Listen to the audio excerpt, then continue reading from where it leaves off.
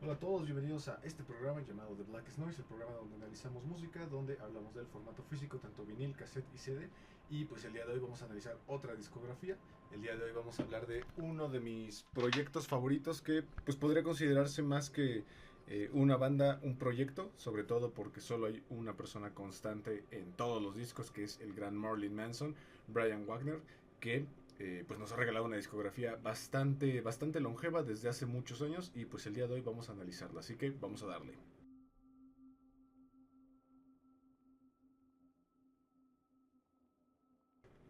Y bien, vamos a comenzar con uno de sus primeros EPs, cuando todavía se llamaban Marilyn Manson and the Spooky Kids.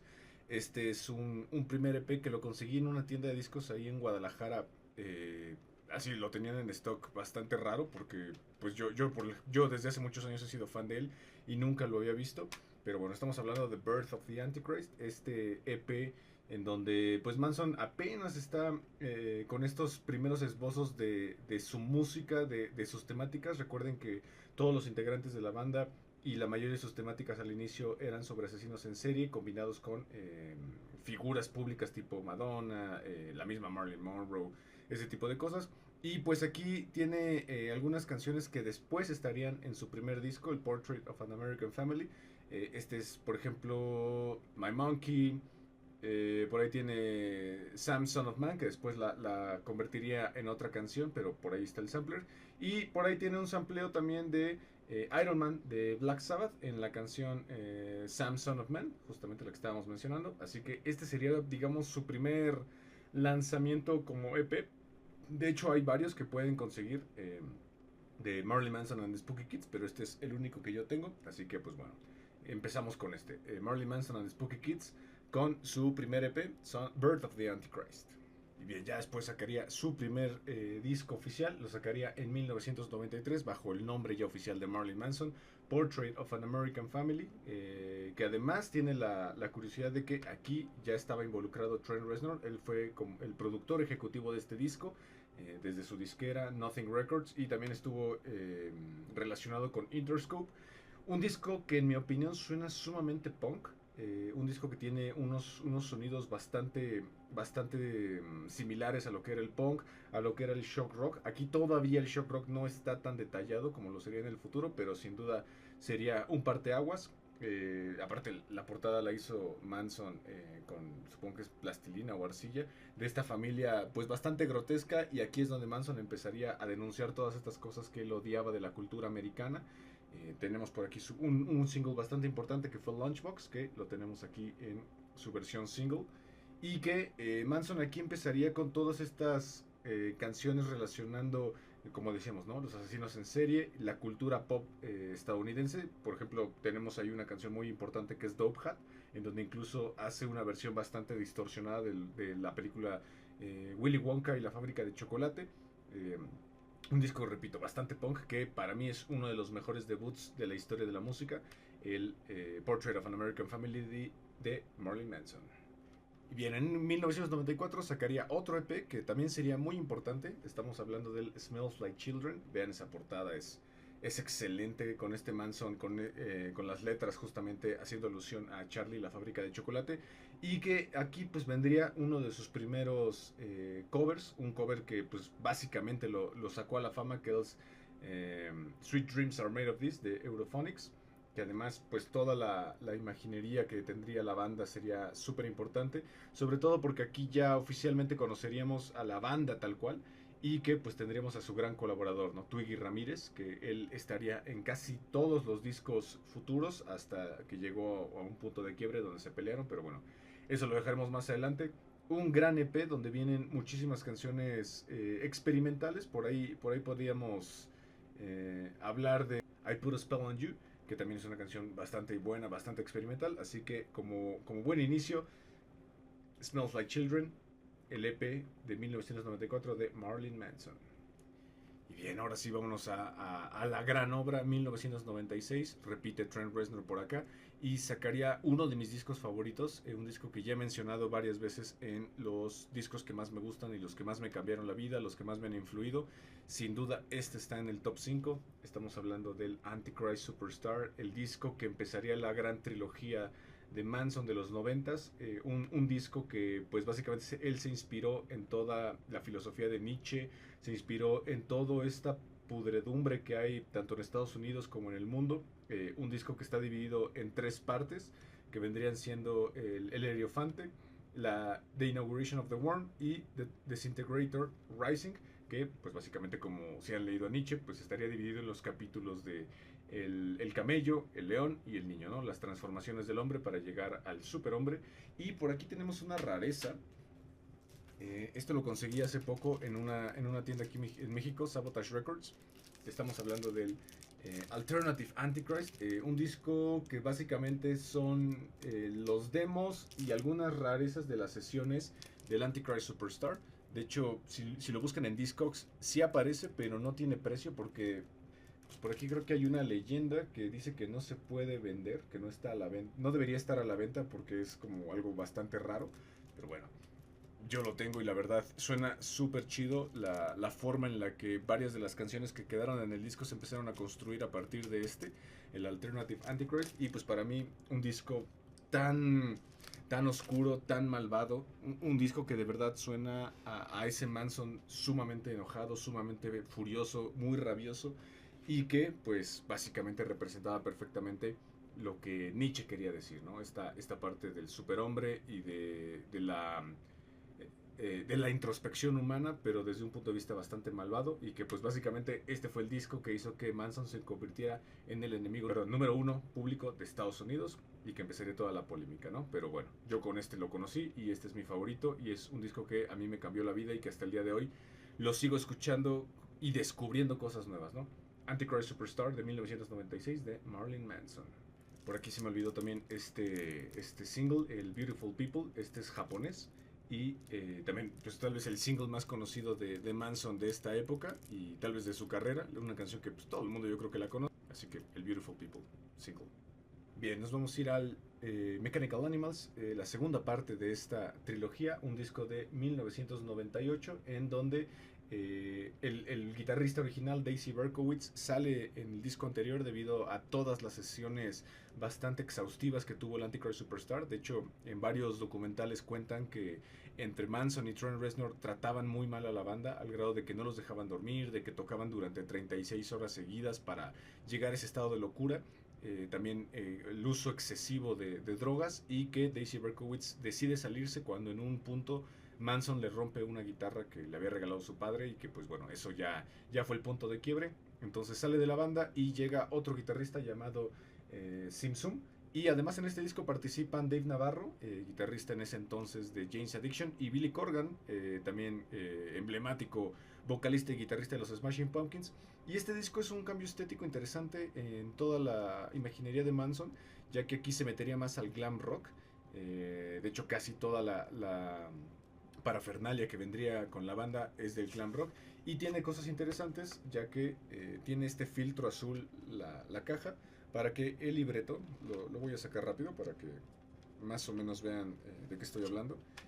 El libreto está dividido en dos partes, la parte de Omega y la parte de Alpha, muy al estilo de David Bowie con su Ziggy Stardust. De hecho, hay grandes homenajes a David Bowie. Y pues digo, no sé si se alcanza a ver en la cámara, pero hay algunas partes que están en un filtro azul y en un filtro amarillo. Entonces cuando tú le pones la caja, puedes ver una cosa, y sin la caja puedes ver otra, ¿no? Entonces, bastante interesante. A mí la verdad este disco me gusta, pero yo como fan del Antichrist Superstar, más bien como super fan del Antichrist Superstar, este es un disco que yo sí sentí un pequeño bajón.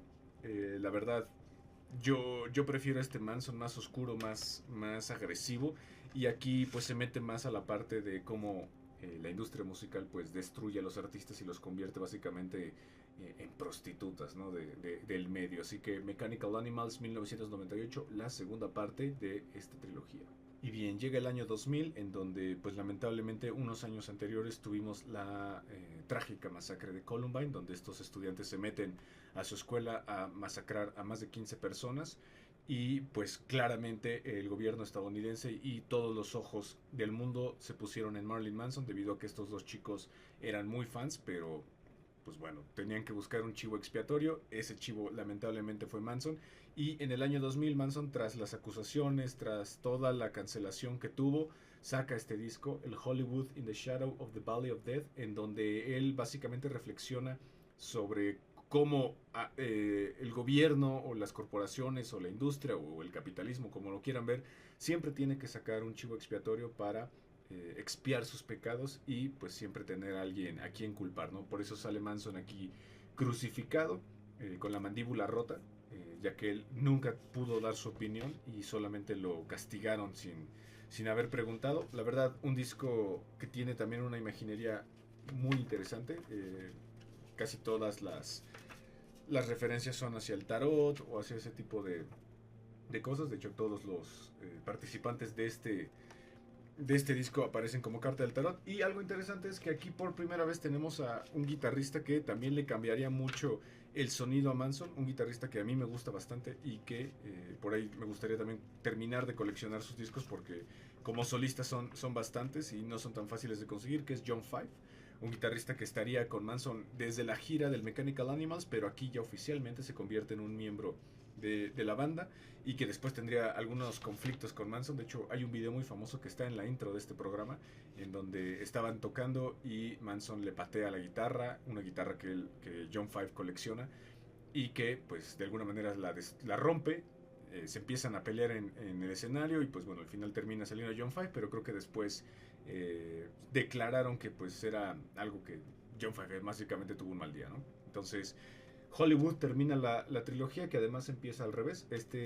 A nivel cronológico vendría siendo la primera parte, mientras que la segunda parte vendría siendo el Mechanical Animals y la tercera parte el Antichrist Superstar. Entonces ustedes los pueden escuchar en cualquier sentido y la historia pues básicamente se puede entender, ¿no? Así que Hollywood in the Shadow of the Valley of Death, un disco que termina la trilogía y que cierra los años 90 de Manson. Bien, nos vamos a ir al 2002, donde llega un nuevo guitarrista también a la banda de acompañamiento y también que fungiría como productor y letrista y arreglista de Manson. Estamos hablando de Tim Skold.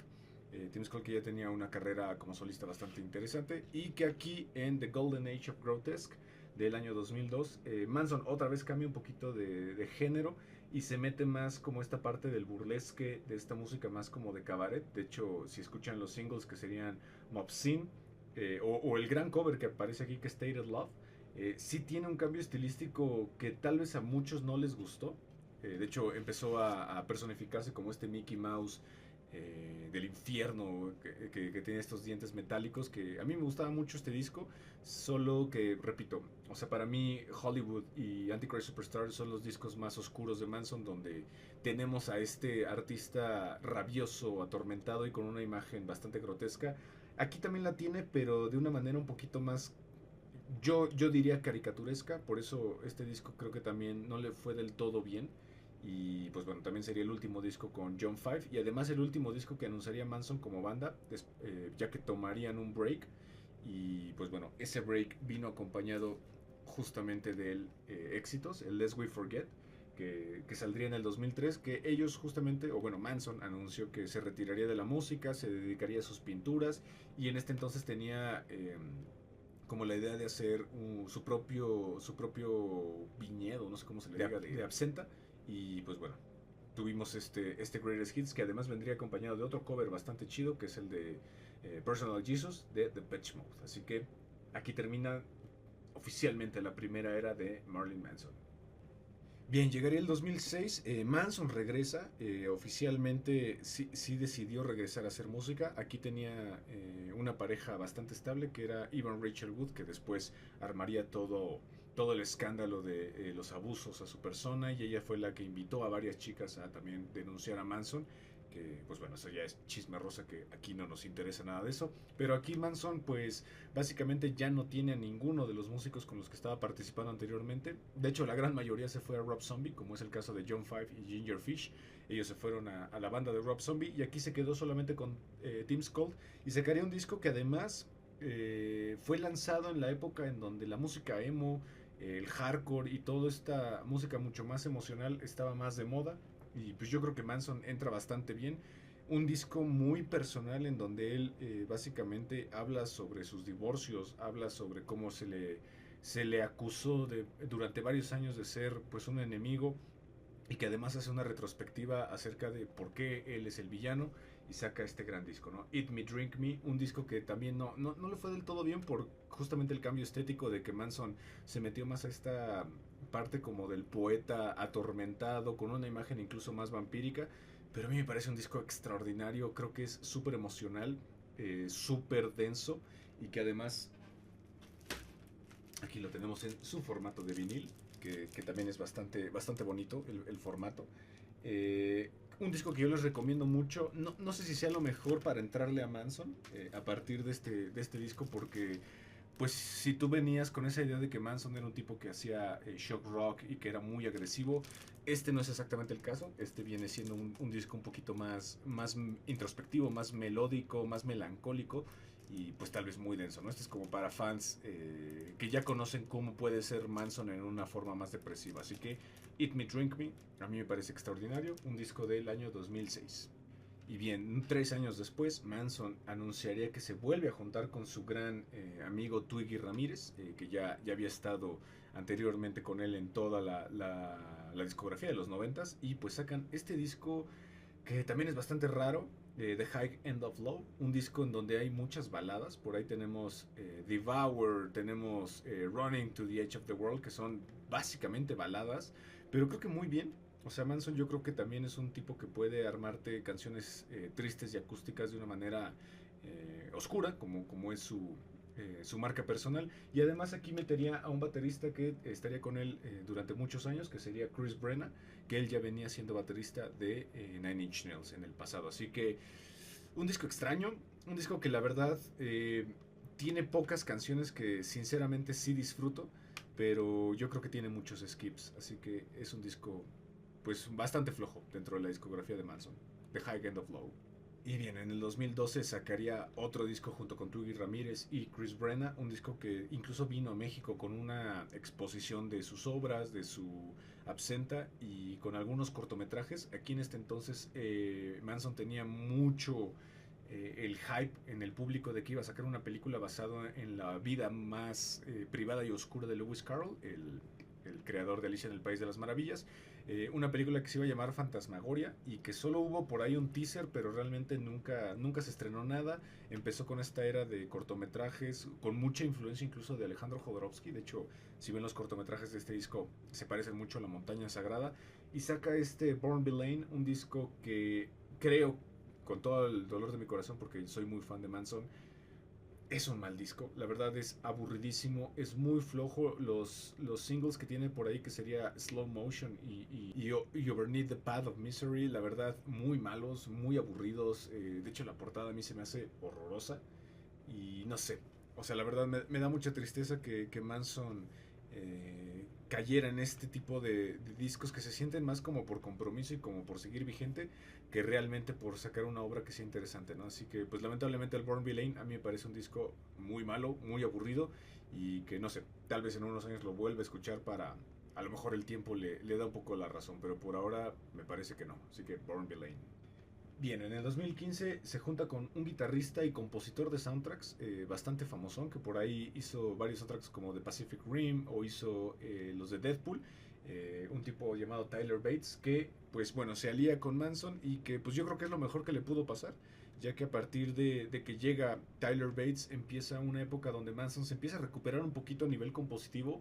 Y lo digo con énfasis de compositivo porque pues la verdad en escenario cada vez se veía más mal.